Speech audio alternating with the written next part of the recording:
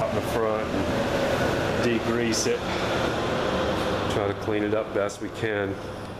I mean, this is no show quality car here. This is going to be a driver as he wants to drive it. So, and same thing with the motor. I'm going to clean it up best we can. I'm not going to degrease it. I'm going to scrape it and clean it best I can, and then put it in there. And after it's in there, then I'm going to degrease it. Kind of stupid, huh? But without being able to cover all my ports and all that stuff, I'm not going to worry about it too much. I'll get the valve covers nice and clean when I change the valve cover gaskets, and of course all the intake stuff, and vacuum out the trash and the sand that, you know, builds up underneath these intakes. And that's where we'll go from there. And hopefully this was a good running motor. It had 90,000 miles in the van. And they changed the van to a diesel and four-wheel drive.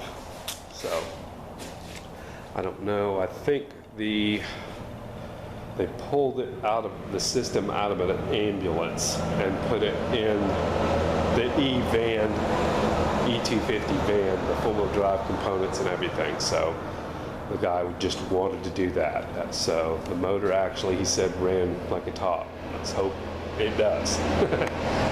90,000 miles, it probably does. I didn't give a whole lot for it, but you know, I could have probably built the 4.6 for what I paid for that one. So let's hope.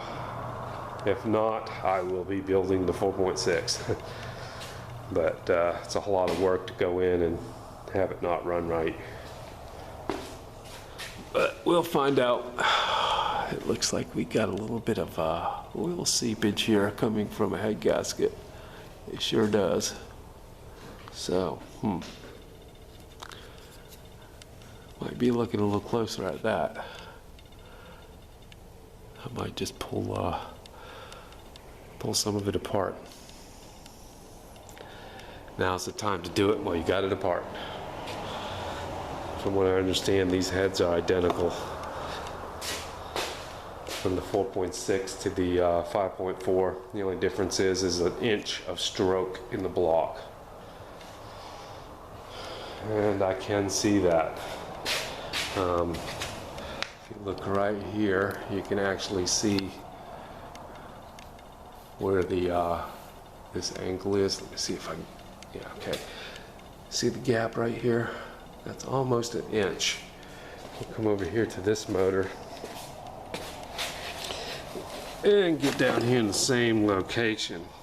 As you can see, that location right here is right up against the head. There is no distance between the head and this section right here.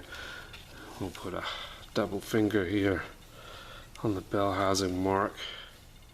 Okay, see that?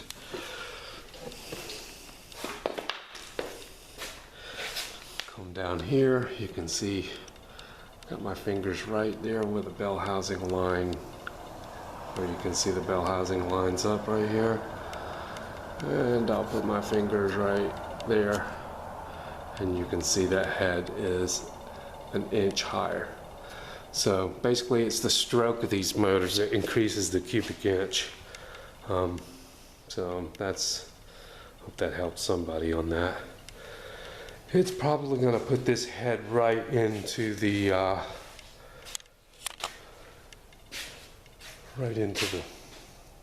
hydro boost.